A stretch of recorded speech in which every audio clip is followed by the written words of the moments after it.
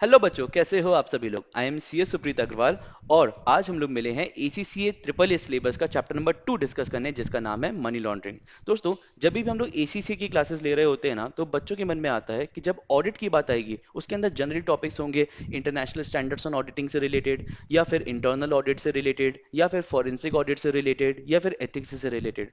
जबकि ये सही बात नहीं है। इसके अलावा भी बहुत सारे टॉपिक्स होते हैं जो आपके एसीसीए के ट्रिपल ए सिलेबस में दिए गए हैं। उन्हीं में से एक टॉपिक जो आपके एग्जाम के लिए भी बहुत ज्यादा रेलिवेंट है, वो है मनी लॉन्ड्रिंग, यानी कि आपका चैप्टर नंबर 2। अब बात करते हैं कि जब हम लोग मनी लॉन्ड्रिंग पढ़ाने पर आते हैं ना, तो बच्चों के दो तरह के क्वेश्चंस होते हैं कि सबसे पहले तो ये जो मनी लॉन्ड्रिंग टॉपिक है, ये हमारे सिलेबस में दिया क्यों गया है। एसीसीए का सिलेबस है, उसमें मनी लॉन्ड्रिंग है, ऐसा क्यों, तो वो समझ लेते हैं। और जो दूसरा क्वेश्चन आता है वो ये आता है कि जब सिलेबस में दिया ही गया है, तो आप ये बता दीजिए कि इसके अंदर हमें क्या क्या पढ़ना है। तो सबसे पहले आपके पहले क्वेश्चन का आंसर कर देते हैं, जो कि है कि आपके सिलेबस में, एसीसीए के सिलेबस में मनी लॉन्ड्रिंग नाम का चैप्टर क्यों दिया गया है। तो दोस्तों समझिए, जब आप एसीसीए बन जाओगे ना, तो आपका बहुत सारा काम ऐसा हो सकता है, जब आप एमएनसीज के साथ काम करोगे, चाहे आप अपनी फर्म चलाओ, चाहे आप जॉब करो, चाहे आप कुछ भी करो, ऐसा हो सकता है कि आप एमएनसीज के साथ काम करो, या फिर आप जिन ट्रांजेक्शन्स में डील कर रहे हो उसमें मल्टीपल नेशंस इन्वॉल्व हो, इंटरनेशनल ट्रांजेक्शन्स हो।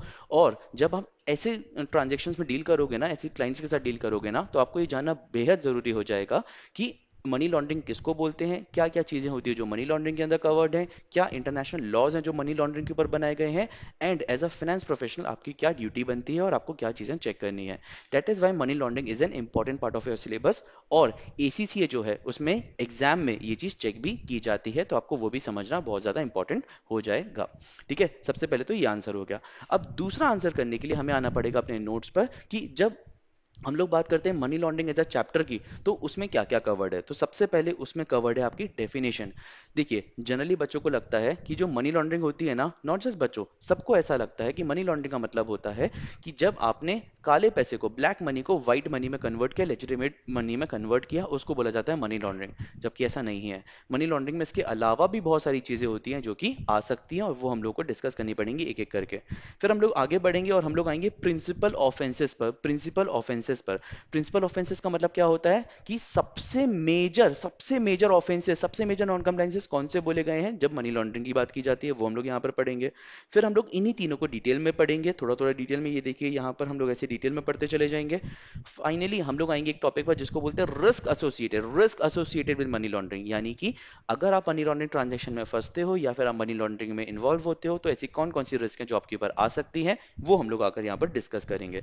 फिर हम लोग आएंगे जनरल डिफेंसेस पर। जनरल डिफेंसेस का मतलब क्या होता है कि अगर आप मनी लॉन्ड्रिंग के केस में फंसे हुए हो या फिर आपने मनी लॉन्ड्रिंग की हुई है, तो आप किन चीजों को बोल सकते हो, अपने डिफेंस में यूज कर सकते हो, ऐसी कौन सी चीजें जिसको आप अपने डिफेंस में यूज कर सकते हो। फिर आएंगे हम लोग how to prevent money laundering पर। अब ये बहुत ही इंपॉर्टेंट सा क्वेश्चन बन जाएगा हमारे लिए, क्योंकि यहां पर आकर हम लोग को ये समझना पड़ेगा कि मनी लॉन्ड्रिंग तो हम लोग समझ गए, बट उसके आगे ये भी समझना है कि मनी लॉन्ड्रिंग को आखिर रोका कैसे जाए। राइट, बहुत ज्यादा इंपॉर्टेंट टॉपिक है हमारे लिए। फिर हम लोग आएंगे कुछ रैंडम टॉपिक्स पर, कुछ इंपॉर्टेंट बादल बनाए गए हैं। इन बादलों का मतलब क्या है, ये इंपॉर्टेंट क्वेश्चन है, आपके एग्जाम में आ जाते हैं, तो वो हम लोग ने यहाँ पे लिखे हुए हैं। और इसके अलावा फिर हम लोग आएंगे आखिरी टॉपिक पर, जिसको बोलेंगे एमएलआरओ, यानी कि मनी लॉन्ड्रिंग रिपोर्टिंग ऑफिसर। और ये हम लोग पढ़कर अपना ये जो चैप्टर है वो कंप्लीट करेंगे। इसके बाद हम लोग नेक्स्ट लेक्चर्स में जब मिलेंगे ना, तो हम लोग ये भी डिस्कस कर सकते हैं कि मनी लॉन्ड्रिंग से क्वेश्चंस कैसे आते हैं और उन क्वेश्चंस की प्रैक्टिस भी की जा सकती है। ठीक है, सबसे पहले यहां तक कोई भी डाउट हो तो बताइए। आई होप यहाँ तक कोई डाउट नहीं होगा और हम लोग आगे बढ़ सकते हैं। चलिए, अब बात करते हैं सबसे पहले मनी लॉन्ड्रिंग की डेफिनेशन की। मनी लॉन्ड्रिंग की डेफिनेशन की, देखिए, मनी लॉन्ड्रिंग की डेफिनेशन में जनरली जब हम आम जनता की बात करते हैं ना, सबको लगता है कि अगर आपने ब्लैक मनी को व्हाइट मनी में कन्वर्ट कर दिया कैसे भी, तो उसको मनी लॉन्ड्रिंग बोलते हैं। जबकि ऐसा नहीं है, ये ध्यान रखिएगा, जबकि ऐसा नहीं है। ठीक है, चलिए बात करते हैं मनी लॉन्ड्रिंग की। तो सबसे पहले आ जाते हैं इंपॉर्टेंट पॉइंट्स पे। इंपॉर्टेंट पॉइंट्स में यहाँ पे लिखा हुआ है concealment of true origin. Concealment of true origin, concealment का मतलब क्या होता है? कंसीलमेंट का मतलब होता है छुपाना। छुपाना, कंसीलमेंट का मतलब होता है छुपाना। ठीक है, हाइड करना, छुपाना, that is called as concealment. True origin, true origin यानी कि उसका सोर्स, या फिर हिंदी में इसको बोला जा सकता है स्रोत। ठीक है, इसको बोला जाता है ट्रू ओरिजिन। ओनरशिप, ओनरशिप एक बहुत ही कॉमन सा वर्ड है, हमें पता है। ओनरशिप मतलब कौन उसका मालिक है। ठीक है, ownership of what, criminal proceeds. Criminal proceeds, criminal proceeds, criminal proceeds, criminal proceeds, यानी कि यहाँ पर हम लोग सारे पैसों की बात नहीं कर रहे हैं। अगर आपने किसी भी ऐसे मनी जो कि क्रिमिनल प्रोसीड से आई है, क्रिमिनल एक्टिविटी से आई है, अगर आपने उसका सोर्स यानी कि उसका जो स्रोत है वो छुपाया, तो फिर बोला जा सकता है कि आपने मनी लॉन्ड्रिंग की है और आपने उसको कवर अप भी किया है by creating a legitimate cover, यानी कि आपने आपने उसको कवर अप भी किया है, आपने उसको कवर अप भी किया है और ऐसा दिखाया है कि ये हमारी वाइट मनी है। ठीक है, तो उसको बोला जाता है मनी लॉन्ड्रिंग, यानी कि सिर्फ कन्वर्जन को नहीं बोला जाता है, इससे इससे रिलेटेड और भी एक्टिविटीज को बोला जाता है। अब इसमें किसको स्पेसिफिकली इंक्लूड किया गया है, तो है पोजेशन। पोजेशन यानी कि अगर आपने उसको अपने पास रखा रखा तो भी माना जाएगा कि आपने मनी लॉन्ड्रिंग की है। कौन से मनी को आपने रखा, जो कि क्रिमिनल प्रोसीडिंग से आई थी और कन्वर्ट हो रही थी। डीलिंग, अगर आप उसमें ट्रेड करते हो या फिर आप उसमें व्यापार करते हो किसी भी तरीके का। ठीक है, नॉट जस्ट व्यापार, अगर आप लेन देन भी करते हो वो भी माना जाएगा, वो भी इसी के अंदर कवर्ड है। ठीक है, इसके बाद बात करते हैं प्रोक्योरिंग, अगर आपने उसको अपने पास लाने की, ऑब्टेन करने की कोशिश की, तो उसको भी बोला जाएगा कि आपने मनी लॉन्ड्रिंग की हुई है। क्या डेफिनेशन क्लियर है, एक बार पढ़ लेते हैं। Concealment of true origin and ownership of criminal proceedings and creating a legitimate cover for the sources of income is known as money laundering. It specifically includes possession, dealing and procuring of these proceeds. यहाँ पर आकर हम लोग cover कर चुके हैं अपनी money laundering की डेफिनेशन। आई होप ये आपको क्लियर हो गई होगी। अच्छा, व्हाट इफ अगर हम लोगों ने ऐसा बोला कि कोई ऐसी प्रोसीड्स है जो क्रिमिनल प्रोसीडिंग्स से नहीं आई हुई है, क्या उसको भी मनी लॉन्ड्रिंग माना जाएगा, तो उसको मनी लॉन्ड्रिंग नहीं माना जाएगा। ये डेफिनेशन बहुत अच्छी लिखी गई है। चलिए अब आगे बढ़ते हैं, प्रिंसिपल ऑफेंसेस किसको बोलते हैं, प्रिंसिपल ऑफेंसेस कौन से हैं मनी लॉन्ड्रिंग के अंदर, वो समझ लेते हैं। तो प्रिंसिपल ऑफेंसेस हैं, सबसे पहला ऑफेंस है लॉन्ड्रिंग। ठीक है, इसको हम लोग डिटेल में समझेंगे कैसे होता है। दूसरा फेलियर टू रिपोर्ट सस्पिशन। अब देखो लॉन्ड्रिंग तो समझ आता है, बट ये दूसरा क्या है, failure to report suspicion. Failure to report suspicion यानी कि अगर आपको शक था कि कोई मनी लॉन्ड्रिंग कर रहा है या मनी लॉन्ड्रिंग कर सकता है, या वो ऐसी प्रॉपर्टी या ट्रांजेक्शन्स कर रहा है जो मनी लॉन्ड्रिंग में आती है, और आपने नहीं बताया, आपने कुछ किया नहीं है, आपने सिर्फ बताया नहीं है, तो क्या उसको भी मनी लॉन्ड्रिंग मान लेंगे? यस, उसको भी मनी लॉन्ड्रिंग ऑफेंस मान लेंगे और आपको भी सजा दी जा सकती है। तो ये ध्यान रखिएगा, बहुत इंपॉर्टेंट है। अगर आपको किसी के ऊपर शक भी है तो आपको जाकर बताना होगा, बहुत इंपॉर्टेंट। फिर आते हैं टिपिंग ऑफ। टिपिंग ऑफ, अब ये क्या है, क्या ये वो फुस फुस चुगली करना है टिपिंग ऑफ? नहीं नहीं, ये वो नहीं है। टिपिंग ऑफ यहाँ पर एक बहुत ही टेक्निकल सी अच्छी सी डेफिनेशन दी हुई है, और ये हम लोगों के लिए एग्जाम के लिए भी बहुत ज़्यादा रेलेवेंट है, और इसीलिए उसको यहाँ पर स्टार मार्क किया गया है, 3 स्टार लगाए गए हैं उसके ऊपर। ठीक है, तो टिपिंग ऑफ हमारे लिए बहुत ज़्यादा इंपॉर्टेंट होकर चलेगा। अभी हम लोग जस्ट जब नीचे जाएंगे तो पढ़ेंगे एक एक करके। देखिए, सबसे पहले स्टेजेस ऑफ लॉन्ड्रिंग है, उसके नीचे फेलियर टू रिपोर्ट सस्पिशन है, और तीसरा टिपिंग ऑफ है। तो हम लोग इसको एक एक करके पढ़ लेते हैं। सबसे पहले आ जाते हैं हम लोग स्टेजेस ऑफ लॉन्ड्रिंग समझने पर। दोस्तों, लॉन्ड्रिंग जब की जाती है ना, तो ऐसा नहीं होता कि यहाँ से पैसा दिया और यहाँ से पैसा ले लिया और लॉन्ड्रिंग हो गई। बहुत दिमाग लगता है, बहुत मेहनत का काम है ये। तो इसीलिए ये समझना बहुत इंपॉर्टेंट है हमारे लिए कि लॉन्ड्रिंग आखिर की कैसे जाती है। चलिए सबसे पहले एक एग्जाम्पल लेते हैं, उससे समझने की कोशिश करते हैं लॉन्ड्रिंग आखिर की कैसे जाती होगी। दोस्तों, आपने एक वो मूवी आई थी, हमें नाम याद नहीं आ रहा उस मूवी का, बट एक मूवी आई थी जिसमें पता क्या था कि हमारा जो हीरो था ना, उस मूवी का जो हीरो था, उसके पास थे ब्लैक के पैसे। उसके पास थे ब्लैक के पैसे, मान के चलते हैं कि ये बॉक्स है और इसके अंदर बहुत सारे ब्लैक के पैसे हैं। ब्लैक के पैसे यानी कि वो पैसे हैं जो उसने लेजिटिमेट सोर्सेज से नहीं कमाए हैं या फिर उसको रिपोर्ट नहीं किया है, ऐसे बहुत सारे पैसे थे उसके पास। ठीक है, अब उसने क्या किया, समझना उसने क्या किया। उसने ना ये पैसा जाकर दिया 3 लोगों को। ठीक है, ये थे मिस्टर ए, इन्होंने जाकर दिया बी, सी एंड डी को। ठीक है, और बी, सी एंड डी से बोला कि आप जाकर फिर से इसको 3 लोगों में बांट दीजिए, ई, एफ, जी को, और ऐसे ही करके सब लोग बांट देंगे 3-3 लोगों में, और ऐसे मल्टीपल लेयर्स बनाने को बोला। और फिर बोला कि एंड में जब ये सब हो जाएगा ना, तो जो भी बचेगा, से जेड के पास ये सारा पैसा छोटे छोटे अमाउंट में सबके पास है। ठीक है, हम लोग क्या करेंगे, अब ये जेड लिखना सही नहीं है, पर ये सारे लोग क्या करेंगे कि ये लोग ना यहाँ से उठाकर जो पैसा है वो वापस ए तक पहुंचा देंगे। डेफिनेटली थोड़ा सा कमीशन, थोड़े से चार्जेस जरूर लेंगे, बट ये सारा पैसा यहाँ पर पहुंचा देंगे ए तक in the form of legitimate money. कैसे पहुंचा सकते हैं, लेजिटिमेट मनी कैसे बना देंगे, ये तो पूरे ब्लैक का पैसा था। तो पता है ये लोग क्या करेंगे, ये लोग ना यहाँ पर आएंगे और इस पैसे को, ये जो छोटा छोटा पैसा बांटा गया है ना, इसको लेयर कर रहे हैं मल्टीपल ट्रांजेक्शन्स में। यहाँ से ना मिस्टर ए क्या करेगा, मिस्टर ए लाएगा इधर आईपीओ या फिर चैरिटी या फिर ऐसी ही चीजें। और इस फॉर्म में ये सारे लोग अपना छोटा छोटा डोनेशन दिखाकर, छोटा छोटा इन्वेस्टमेंट दिखाकर पैसा वापस इनके पास पहुंचा देंगे। ये एक एग्जाम्पल है, ब्रीफ एग्जाम्पल है, समझ आया? इस केस में जब हम लोग बात करते हैं, इस केस में जब हम लोग बात कर रहे हैं यहाँ की, ये जो पैसा बांटा गया है तो इसको बोला जाता है प्लेसमेंट। इसको टेक्निकल डेफिनेशन में बोला जाता है प्लेसमेंट, ठीक है, इसको बोला जाता है प्लेसमेंट। ये जो पैसा बार बार लेयर किया गया है ना, इस प्रोसेस को बोला जाता है लेयरिंग, ठीक है, इसको बोला जाता है लेयरिंग। और जब ये पैसा वापस से पहुंचाया जाता है ना मिस्टर ए के पास, यानी कि ओरिजिनल सोर्स वाले के पास, तो इसको बोला जाता है इंटीग्रेशन, इसको बोला जाता है इंटीग्रेशन। ध्यान रखोगे इस चीज को, ठीक है, बहुत ही इंपॉर्टेंट है। जब ये पैसा फर्स्ट टाइम फाइनेंशियल सिस्टम में आया तो उसको बोला जाता है placement. When it officially enters, जब पहली बार आया तब उसको बोला जाता है प्लेसमेंट। जब उसको मल्टीपल कॉम्प्लेक्स ट्रांजेक्शन्स में किया जाता है सो दैट ओरिजिनल ओनर का पता ना लग पाए, ओरिजिनल ट्रांसफर का पता ना लग पाए, तो उसको बोला जाता है हमारा लेयरिंग। और तीसरा, जब ये पैसा वापस घूमकर ओरिजिनल सोर्स के पास वापस चला जाता है, इसको बोला जाता है इंटीग्रेशन। क्या यहां तक क्लियर है आपको? आई होप, आई होप आपको यहां तक क्लियर हो गया होगा। ठीक है, चलिए अब आते हैं, इसको पढ़ लेते हैं। तो प्लेसमेंट, प्लेसमेंट में क्या लिखा हुआ है? First introduction into the financial system, first introduction into the financial system, इसको बोला जाता है placement, first introduction into the financial system. दूसरा है layering, concealing the origin via series of complex financial transaction, इसको बोला जाता है लेयरिंग, जैसे हम लोग पढ़ चुके हैं। और तीसरा होता है इंटीग्रेशन, जो कि हम लोग ऑलरेडी पढ़ चुके हैं, री introduction into the financial system in the form of clean money. अब दोस्तों ये ध्यान रखिएगा, यहाँ पर जो बच्चे होते हैं ना, वो एक बहुत बड़ी गड़बड़ कर रहे होते हैं। उनको लग रहा होता है कि उन्होंने सिमिलर लिखा है, बट वो कुछ इस तरह लिखते हैं, हम आपको दिखाते हैं। जैसे यहाँ पर उन्होंने लिखा when the money is first introduced, सिर्फ ना लिख देते हैं when the money is first introduced। क्या ये फुल डेफिनेशन है? नहीं। when the money is first introduced into the financial system, ये कंप्लीट डेफिनेशन है, तो ये ध्यान रखिएगा। दूसरा, लेयरिंग में जब आते हैं ना, तो वो लोग सिर्फ ना लिख देते कंसीलिंग द ओरिजिन। अरे भाई, मनी लॉन्ड्रिंग की डेफिनेशन थोड़ी है, यहाँ पर हम लोग को लिखना पड़ेगा via series of complex financial transaction, यानी कि फाइनेंशियल ट्रांजेक्शंस मल्टीपल लेयर बना बना के जब करते हैं तब उसको लेयरिंग बोलते हैं, सिर्फ सोर्स छुपाने को थोड़ी बोलते हैं। इंटीग्रेशन यहाँ पे लिख देते हैं री इंट्रोडक्शन इनटू दी, री इंट्रोडक्शन यहाँ पे लिख देते हैं री introduction into the financial system. अब इतना लिखने से काम थोड़ी होगा, यहाँ पर हम लोग को ये भी तो लिखना पड़ेगा ना, in the form of clean money, साफ बनाकर, व्हाइट मनी बनाकर ला रहे हैं वापस। तो इसलिए इन चीजों का ध्यान रखिएगा, खास ध्यान रखिएगा। और यहाँ पर आकर हम लोग स्टेजेस ऑफ लॉन्ड्रिंग को खत्म कर रहे हैं। प्लेसमेंट पढ़ लिया हम लोगों ने, लेयरिंग पढ़ लिया हम लोगों ने, और इंटीग्रेशन पढ़ लिया हम लोगों ने।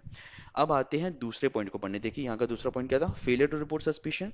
अब पहली बात तो ये पॉइंट ही थोड़ा अजीब लग रहा है ना, कि आपने कुछ किया नहीं है, आपने कुछ किया दिया नहीं है, आपने सिर्फ जो कर रहा था, जिसके ऊपर आपको शक था, आपने रिपोर्ट नहीं किया, फिर भी आप फंसोगे? यस, फिर भी आप फंसोगे, बहुत बढ़िया बात है, ठीक है। चलो, तो you are legally obligated. Who is legally obligated? Every person, every entity, every firm, जिसको क्या हो, जिसको सस्पेक्ट हो, जिसको सस्पिशियन हो कि सामने वाले ने मनी लॉन्ड्रिंग की होगी, तो उसको बोला जाता है कि यहां पर आपको रिपोर्ट करना पड़ेगा। You are legally obligated. जब ये वर्ड लिख दिया जाता है लीगली ऑब्लिगेटेड, मतलब बाय लॉ आपको रिपोर्ट करना ही पड़ेगा। Legally obligated to report suspicion to whom, financial intelligence unit. आपको किसको रिपोर्ट करना पड़ेगा? आपको फाइनेंशियल इंटेलिजेंस यूनिट को आकर रिपोर्ट करना पड़ेगा, ठीक है।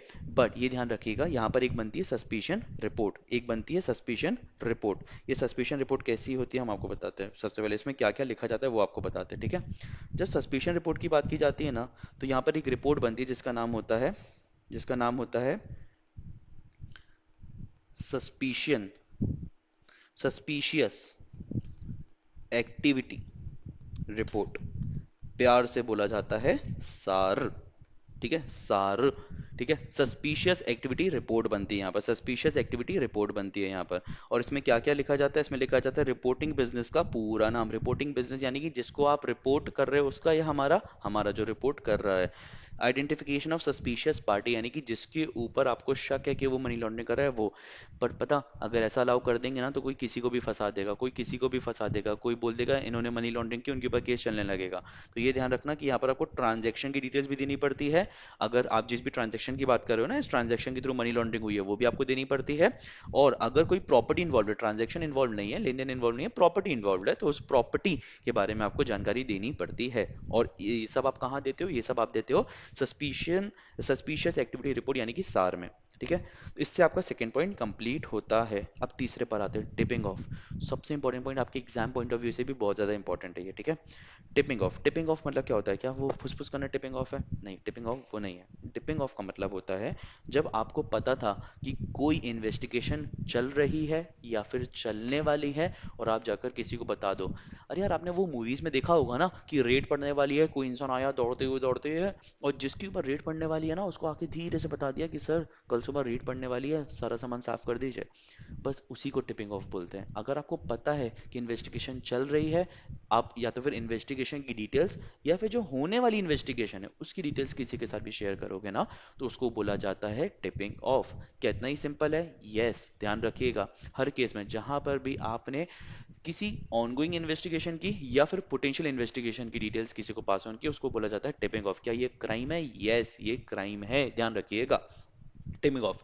Disclosing about an ongoing or potential investigation is known as tipping off. क्या ये इंपॉर्टेंट है हमारे एग्जाम के लिए? बहुत ज्यादा।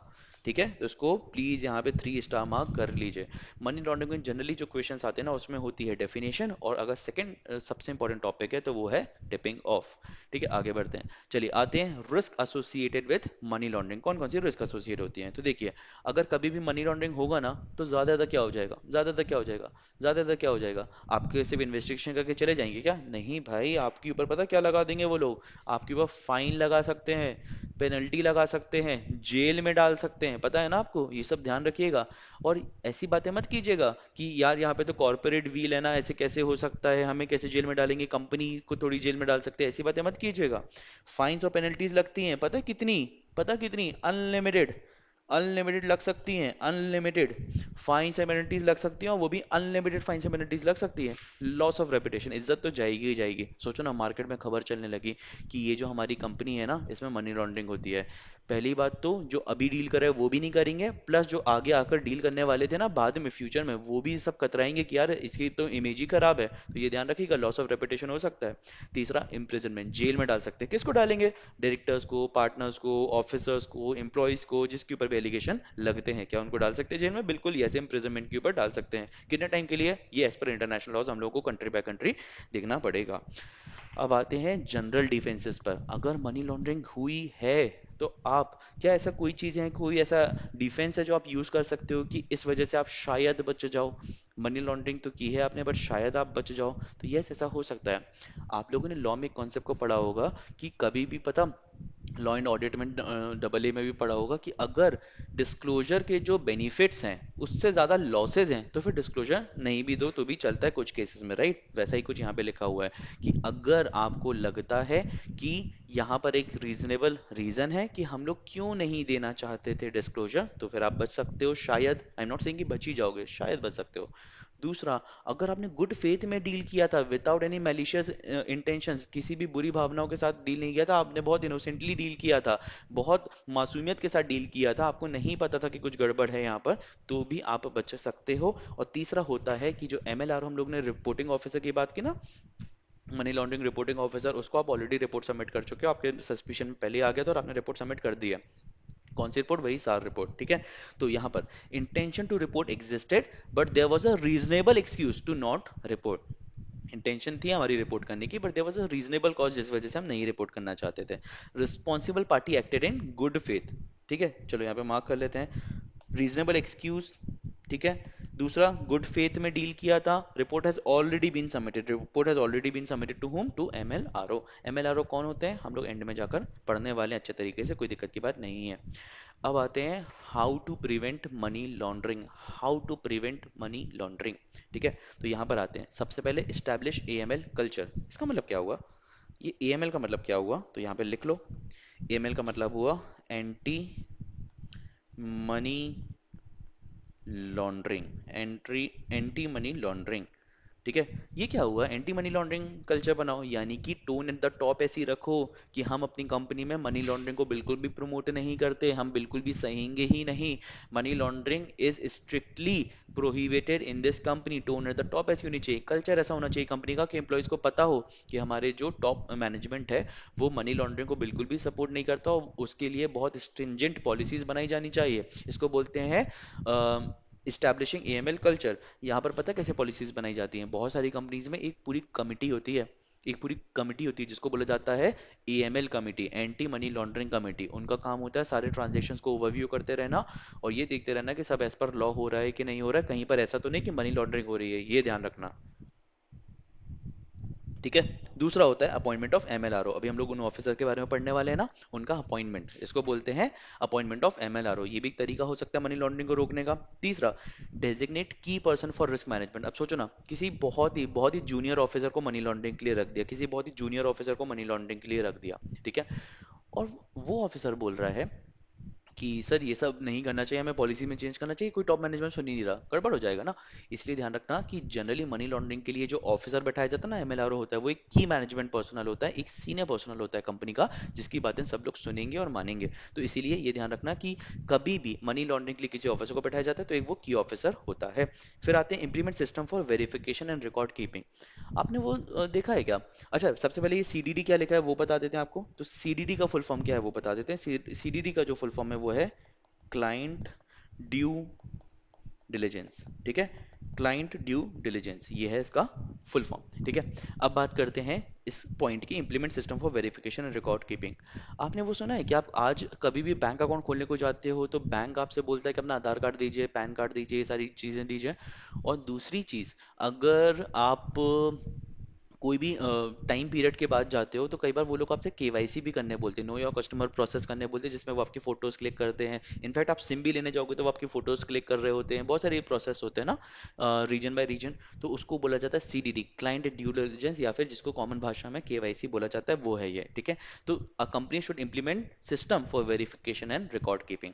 फिर आते हैं हम लोग स्टाफ एजुकेशन एंड ट्रेनिंग पर। देखो बच्चों, ये ध्यान रखना, अगर से सिम लेने के प्रोसेस बनाया गया कि फोटो खींचना अनिवार्य है, बहुत ही ज्यादा इंपॉर्टेंट है for the purpose of KYC, और केवाईसी की इंपॉर्टेंस ही नहीं बताएगी उस स्टाफ को जिसको इंप्लीमेंट करवाना है, तो कई बार वो हो सकता है ना उस चीज को लाइटली ले। इसलिए स्टाफ एजुकेशन एंड ट्रेनिंग बहुत ज्यादा इंपॉर्टेंट है, केवाईसी कैसे करना है, रिकॉर्ड्स कैसे मेंटेन रखने हैं, कल को जो लॉज एंड रेगुलेशंस अगर वो रिकॉर्ड बुलवाते हैं तो हमें कैसे भेजने हैं, कैसे उस चीज को रिटेन करके रखना है, वो सारी चीजें यहाँ पर कवर हो जाएंगी। फिर आते हैं हम लोग when CDD should be done. When CDD should be done, कब कब करना चाहिए? तो सबसे पहले जब पहली बार बिजनेस रिलेशन बन रहा है, इन दिस केस अगर आप बैंक अकाउंट पहली बार खुलवाने जा रहे हो उस बैंक के साथ, वो आपका केवाईसी करेगा। और इसके अलावा जब जब अनयूजुअल एक्टिविटी होगी ना, जब जब अनयूजुअल एक्टिविटी होगी, जब जब सस्पिशन होगा मनी लॉन्ड्रिंग का, तब तब वो आपका केवाईसी कर सकता है, इनफैक्ट उसको करना चाहिए तब तब। ठीक है, जब जब उसको सस्पिशन लगे ना, आपको पता है एक बार क्या हुआ हमारे साथ ना, हमें एक इंटरनेशनल ट्रांजैक्शन करना था, थोड़ा बड़ा अमाउंट का था। ठीक है, हमने जैसे ही यहाँ से प्रोसेस किया ना, उन्होंने उस चीज़ को फाइनल डेबिट करने से पहले हमारे अकाउंट में हमें फ़ोन किया और पूछा, कुछ क्रेडेंशियल्स वेरीफाई किए, और उन्होंने बोला कि sir we just want to verify कि ये ट्रांजैक्शन आपने ही किया है क्या। जैसे हमने क्रेडेंशियल्स को वेरीफाई करवाया ना ऑफिशियल सोर्सेज के थ्रू, तो तुरंत वहाँ पर वो पेमेंट प्रोसेस हो गया। बाई चांस अगर हम वहाँ पर बोल देते कि हमने ट्रांजेक्शन नहीं किया है, तो वो ट्रांजेक्शन वहीं के वहीं रुक जाता। तो जब भी सस्पिशियस ट्रांजेक्शन होने वाले होते हैं ना, तो जनरली जनरली ये जो जितनी भी एनबीएफसीज हैं, बैंक्स हैं, ये सारी उस ट्रांजैक्शन के लिए एक बार केवाईसी जरूर कर लेती हैं जब जब सस्पिशियस ट्रांजैक्शन होता है। फिर आते हैं हम लोग what are certain examples of suspicious transactions, कौन कौन से हो सकते हैं, आप बताइए पहले कौन कौन से हो सकते हैं। कौन कौन से हो सकते हैं? बड़े अमाउंट के ट्रांजैक्शन, अनयूजुअल पार्टी को ट्रांजैक्शन, ये सब हो सकते हैं ना, वही लिखा हुआ है। अनयूजुअली लार्ज कैश डिपॉजिट, आपने कई बार बहुत ज्यादा कैश डिपॉजिट कर दिया अचानक से, तो माना जाएगा कि शायद आपने इस पैसे को छुपाने की कोशिश की हुई है, unusually large cash deposit. High value transaction with unknown parties, अच्छा क्या ये इलीगल है? नहीं, ऐसा नहीं है, ये सस्पिशियस है। इसके बारे में अगर आपका एक्सप्लेनेशन है आपने क्यों किया, तो दैट इज फाइन। हमने कई बार पहली बार डील किया किसी के साथ और बहुत बड़ा पेमेंट कर दिया, इट्स फाइन ना। जरूरी थोड़ी है कि हर एक चीज गड़बड़ हो, बट आपके पास रैशनल होना चाहिए और सामने वाला आपका केवाईसी कर सकता है। फिर आते हैं कि transaction inconsistent with normal business practices या पैटर्न्स। तो कई बार आपका बिजनेस से, हमारा बिजनेस ट्रेडिंग का है और हमने कोई डेफिनेट बहुत ही अलग तरीके का ट्रांजैक्शन किया जो कि कहीं से भी ट्रेडिंग बिजनेस से रिलेटेड नहीं है, तो क्या उसको भी सस्पिशियस ट्रांजैक्शन में लाया जा सकता है? यस, लाया जा सकता है। ठीक है, आई होप यहाँ तक आपको क्लियर होगा। यहाँ के कीवर्ड्स क्या है? Cash deposits, sorry large cash deposits, unknown parties के साथ transaction and transaction inconsistent transaction. ठीक है, अब हम लोग आते हैं आज के आखिरी टॉपिक पर जिसका नाम है मनी लॉन्ड्रिंग रिपोर्टिंग ऑफिसर। दोस्तों एक कौन ऑफिसर होता है? ये एक ऐसा ऑफिसर होता है एमएलआरओ, मनी लॉन्ड्रिंग रिपोर्टिंग ऑफिसर, जो सबसे पहले तो एक की मैनेजमेंट पर्सनल होता है और इसके पास रिस्पॉन्सिबिलिटी होती है कि ये सारी एंटी मनी लॉन्ड्रिंग एक्टिविटीज को ओवरव्यू करेगा, टाइम टाइम रिव्यू करेगा और चेक करेगा कि कंपनी की जो एक्टिविटीज हैं, जो पॉलिसीज हैं, वो ठीक से काम कर रही हैं, क्या वो रेलेवेंट है, क्या उनमें कुछ अपडेट चाहिए। ठीक है, तो responsible for overseeing the organisations anti money laundering activities and counter terrorism financing compliance efforts, यानी कि अगर कंपनी ने कोई भी पॉलिसीज बनाए हुए हैं, एफर्ट्स लिए हुए हैं टू प्रिवेंट मनी लॉन्ड्रिंग, तो वो ठीक से काम कर रहे हैं कि नहीं, वो रेलेवेंट है क्या, उसमें कुछ अपडेट चाहिए क्या, वो सारी चीजें यहाँ पर कवर होती हैं। चलिए अब जल्दी से एक बार हम लोग देख लेते हैं कि हम लोगों ने क्या क्या पढ़ा। हम लोगों ने पढ़ा चैप्टर नंबर 2 जिसका नाम है मनी लॉन्ड्रिंग। मनी लॉन्ड्रिंग की डेफिनेशन में क्या आता है? कंसीलमेंट ऑफ ट्रू ओरिजिन, यानी कि छुपाना ट्रू ओरिजिन, ट्रू स्रोत को, सही स्रोत को छुपाने को बोला जाता है मनी लॉन्ड्रिंग। एंड अगर आपने ओनरशिप छुपाई किसकी, क्रिमिनल प्रोसीडिंग्स की, तो उसको बोला जाएगा मनी लॉन्ड्रिंग। और अगर आपने उसके सामने ऐसा किया कि लेजिटिमेट कवर लेकर आए हो कि ये जो है ये ब्लैक का पैसा नहीं व्हाइट का पैसा है, या फिर ये एक लेजिटिमेट मनी है, उसको बोला जाता है हमारा मनी लॉन्ड्रिंग। ठीक है, इसमें क्या क्या स्पेसिफिकली इंक्लूडेड है? पोजेशन इंक्लूडेड है, डीलिंग इंक्लूडिंग है और प्रोक्योरमेंट इंक्लूडिंग है। प्रिंसिपल ऑफेंसेस तीन तरह के हैं यहाँ पर। आपको लॉन्ड्रिंग अगर आपने की है तो failure to report suspicion and tipping off, तीनों हम लोगों ने पढ़ लिया क्या? यस। मनी लॉन्ड्रिंग के अंदर क्या क्या आता है? मेजरली लॉन्ड्रिंग के अंदर क्या आता है? तीन स्टेजेस आती हैं। पहला होता है प्लेसमेंट, दूसरा होता है लेयरिंग और तीसरा होता है इंटीग्रेशन। प्लेसमेंट का मतलब जब पहली बार फाइनेंशियल सिस्टम में आए, जैसे कि हम लोगों ने बोला हुआ था कि आप कैश लेकर आए और आपने बांट दिया सबको। दूसरा उन लोगों ने लेयर किया मल्टीपल लोगों के थ्रू, और तीसरा उन सारे लोगों ने जिनके पास एंड में मनी था, उन सब लोगों ने इस ओरिजिनल सोर्स को पैसा लौटा दिया, इसको बोला जाता है इंटीग्रेशन। फिर हम लोग का फेलियर टू रिपोर्ट सस्पिशन, क्या सबको करना होगा? सिर्फ हमें डाउट है, सिर्फ सस्पिशन है, क्या करना चाहिए? यस, लीगली ऑब्लिगेटेड हो आप। क्या क्या रिपोर्ट में लिखना चाहिए वो हम लोगों ने पढ़ा। टिपिंग ऑफ पढ़ा कि ये वो फुसफुस नहीं है। टिपिंग ऑफ का मतलब होता है जब हम लोगों ने क्या किया, हम लोगों ने किसी ऑनगोइंग इन्वेस्टिगेशन के बारे में या फिर पोटेंशियल इन्वेस्टिगेशन के बारे में जाकर बताया किसी को भी, not just to this person, किसी को भी जाकर। फिर रिस्क एसोसिएटेड पड़ी तो फाइन्स लग सकता है, पेनल्टीज लग सकती है और लॉस ऑफ रेपुटेशन हो सकता है। फाइन कितना लग सकता है? अनलिमिटेड लग सकता है। जनरल डिफेंसेस की बात करते हैं। जनरल डिफेंसेस में क्या क्या है कि अगर आपके पास रीजनेबल एक्सक्यूज था, या फिर आपने गुड फेथ में डील किया था, या फिर आप ऑलरेडी रिपोर्ट कर चुके हो, तो उसको एक डिफेंस मैकेनिज्म की तरह आप यूज कर सकते हो। How to prevent money laundering, AML structure बनाइए, एएमएल कमिटी बनाइए, एमएलआरओ को अपॉइंट कीजिए। इसके अलावा जो रिस्पॉन्सिबिलिटीज हैं वो की मैनेजमेंट पर्सनल को दीजिए। सीडीडी करते रहिए, क्लाइंट ड्यू डिलिजेंस, या फिर सीधी भाषा में बोला जाए तो केवाईसी करते रहिए। Staff education and training, regularly staff को ट्रेन एंड अपडेट करते रहिए। सीडीडी कब कब करनी चाहिए? सीडीडी कब कब करनी चाहिए? जब पहली बार क्लाइंट आता है तब, और जब जब आपको लगता है सस्पिशन है तब। क्या क्या एग्जांपल्स हैं सस्पिशियस ट्रांजैक्शन के? लार्ज डिपॉजिट हो सकता है, अनयूजुअल बिजनेस ट्रांजैक्शन हो सकते हैं, या फिर अनरिलेटेड पार्टीज के साथ ट्रांजैक्शन हो सकते हैं। इसके अलावा भी बहुत सारे हो सकते हैं। Yes, suspicious as per the business activities. ठीक है, फिर हम लोग ने एमएलआरओ पढ़ा। एमएलआरओ कौन है? ये एक सीनियर ऑफिसर होता है कंपनी का, जिसको क्या रिस्पॉन्सिबिलिटी दी जाती है कि कंपनी की सारी एंटी मनी लॉन्ड्रिंग एक्टिविटीज ठीक से चल रही है कि नहीं चल रही हैं। अब दोस्तों अगर इसके आगे आपका कोई भी डाउट होता है, please feel free to reach out to me. Thank you so much.